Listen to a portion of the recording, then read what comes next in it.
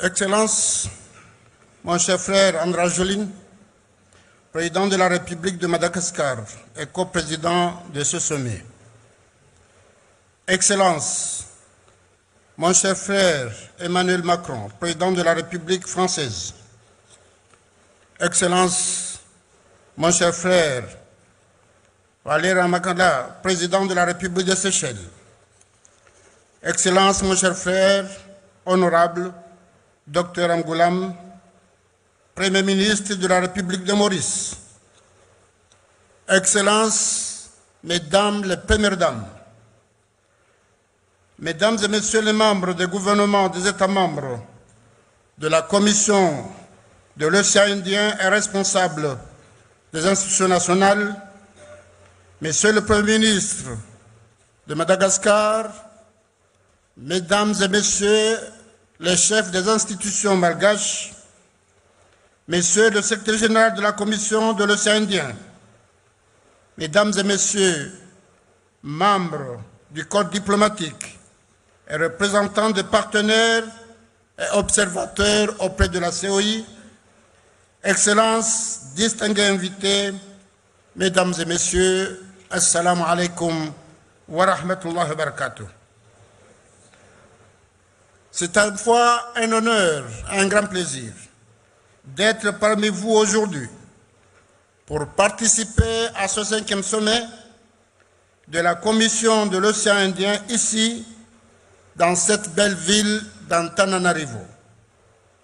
Monsieur le Président André Rajoelina, chers frères, je tiens à vous remercier vous-même, votre gouvernement et tout le peuple malgache pour la chaleur de votre accueil et la qualité des dispositions prises pour la réussite et l'organisation de ce 5e sommet, et j'en suis convaincu, fera date dans l'histoire de notre organisation.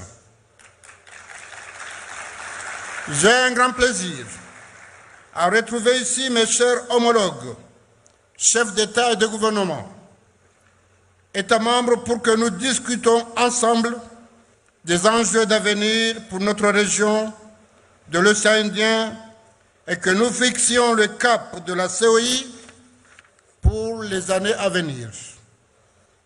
Pour le gouvernement de l'Union des Comores qui assure la présidence en exercice de la COI, notre organisation régionale est une référence en matière de co-développement, de solidarité, d'action au service de nos ambitions communes. Je tiens d'ailleurs à rappeler que lorsque j'ai eu l'honneur de présider l'Union africaine, la Commission de l'Océan Indien a apporté son soutien à plusieurs de nos actions en faveur d'une diplomatie insulaire et africaine engagée pour répondre aux défis climatiques et impulser une dynamique ambitieuse pour l'économie bleue. Dans ces responsabilités continentales, j'ai pu mesurer combien la Commission de l'Océan Indien mobilisait l'intérêt de nos partenaires africains internationaux et combien elle apparaissait originale, souple et réactive. C'est d'ailleurs un enseignement qui devait être médité, me semble-t-il, pour les communautés économiques régionales africaines. Mais j'en reviens à notre région du sud-ouest de l'océan Indien, cette Indiano-Océanie, qui fait face à de nombreux défis, à commencer par celui du climat. En effet, le défi climatique est d'une nature spécifique, en ce qu'il est un défi de survie. Par sa force, il nous oblige de renforcer nos capacités d'adaptation, de prévision et de réduction des risques naturels pour protéger nos écosystèmes et renforcer durablement la résilience de nos populations. Sur ce sujet, la Commission de l'Océan Indien est pleinement engagée. Elle met en œuvre plusieurs projets de restauration des milieux naturels, de gestion communautaire de l'environnement, d'éducation encore, de renforcement de nos capacités d'intervention face aux risques naturels grâce au soutien de nos partenaires, au premier desquels l'Union européenne, à qui j'adresse nos remerciements. C'est beaucoup, mais cela est encore à approfondir. Le défi climatique a aussi un impact sur la sécurité alimentaire de nos pays. Et c'est donc avec raison que Madagascar, qui concentre plus de 90% des terres arables de notre communauté, a proposé de faire de la sécurité et de la souveraineté alimentaire pour le développement du marché régional le thème principal de ce sommet. Je vous en remercie, mon cher frère. Je me félicite de la volonté commune d'unir nos forces pour produire davantage dans la région, pour nous nourrir. L'Union des Comores, malgré sa superficie réduite, dispose elle aussi de terres arables et de capacités de production qui doivent pouvoir répondre aux besoins de sa population et pourquoi pas aux besoins des populations voisines. Je plaide pour que nous convenions de la mise en place de zones de production agricole et alimentaire dans nos îles en canalisant l'investissement public et privé et en visant l'augmentation substantielle de nos échanges commerciaux intra-COI. Ces zones de production agricole et alimentaire régionales peuvent devenir des instruments productifs et compétitifs, créer de l'emploi pour nos jeunes et pour les protéger par rapport au rapace. Améliorer la sécurité alimentaire et nutritionnelle et dynamiser les échanges commerciaux entre nos pays qui restent encore très en dessous de nos ambitions et de la simple logique. J'appelle donc nos partenaires, les observateurs et aussi le secteur privé à travailler en concert avec la COI pour transformer cette ligne d'action politique commune en un véritable programme d'action. Excellences, Mesdames et Messieurs, la COI se réunit en sommet une décennie après celui de Moroni en 2014. Nous avons donc l'occasion d'apprécier le chemin parcouru collectivement par la Commission et par notre communauté régionale.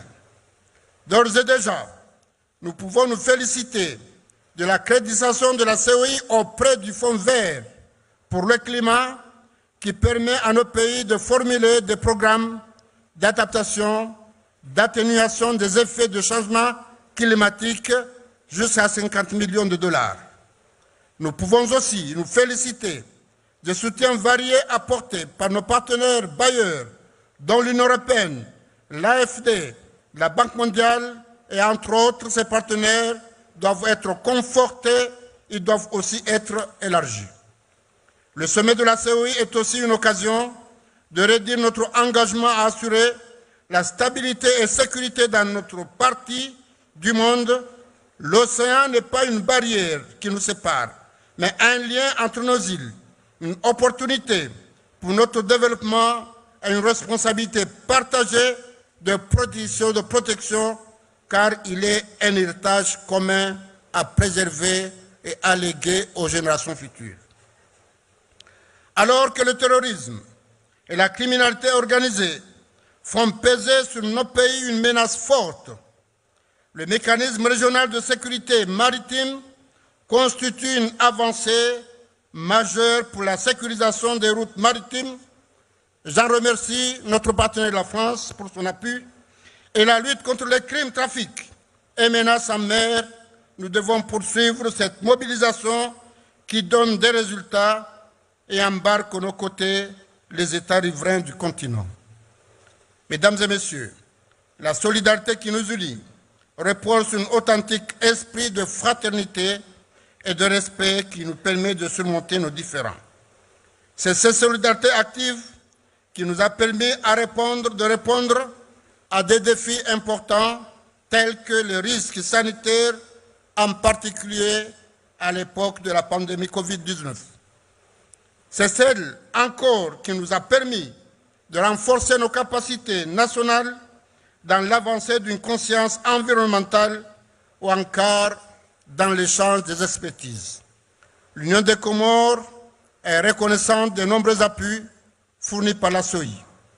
C'est toujours grâce à cette solidarité active que nous avons été en mesure d'occuper collectivement un espace de plus en plus important en matière de sécurité régionale.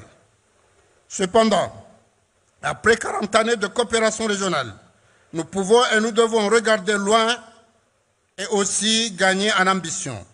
À cet égard, je crois que nous devons imaginer une meilleure coordination régionale qui nous manque encore face aux défis majeurs du climat, à la biodiversité, de l'énergie, de l'économie, à l'accroissement du commerce interrégional.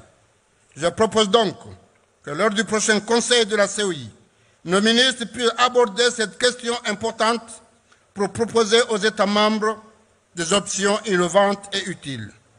Et d'ici là, nous devons préparer activement une position commune de la CEI pour la conférence des Nations Unies sur l'océan qui se tiendra en juin prochain à Nice, en République française. À cette occasion, notre organisation doit être en mesure d'apporter des propositions concrètes pour contribuer à la construction d'un dispositif juridique toujours plus efficient en matière de gouvernance des océans et de protection des écosystèmes matières communes. Excellences, Mesdames et Messieurs, mon cher frère Emmanuel Macron, j'ai un professeur qui s'appelle Louis de Funès qui m'a appris qu'il ne faut pas répondre aux provocations. Mais je dois rappeler ici, mes chers frères, puisque nous parlons de droit, je tiens également à rappeler que l'ADN de la CEI, c'est le respect du droit international. Ainsi, en vertu du droit international, l'île de Mayotte est une île comorienne. Nos pays en sont les témoins. Et à plus forte raison, la France qui est membre permanent du Conseil de sécurité des Nations Unies.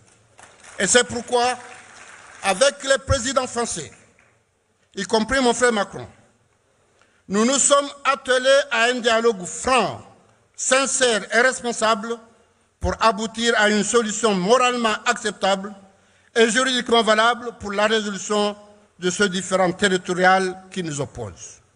Ce dialogue-là, empreint de respect mutuel, nous attendons l'approfondir au niveau bilatéral, comme cela avait été agréé avec sagesse par nos aînés dès le deuxième sommet de la CEI à La Réunion en 1999. Sans doute, nous vous tiendrons informés de son évolution. Ce sommet d'Antananarivo sera un sommet utile et fructueux.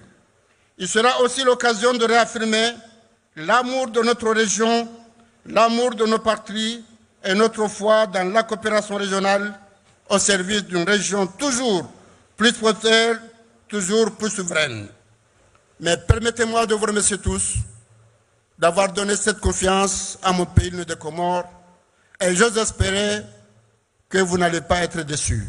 Vous allez en être fiers. Et profitez aussi de remercier et de féliciter mon frère, le président de Seychelles, pour la brillante façon qu'il a géré ce sommet, le sommet dernier, la présidence. Et j'espère que je serai à la hauteur par rapport à ce qu'il a fait. Et avant de clore, je vous remercie beaucoup pour votre attention et je déclare ouvert les travaux du 5e sommet de la Commission de l'océan Indien. Je vous remercie infiniment.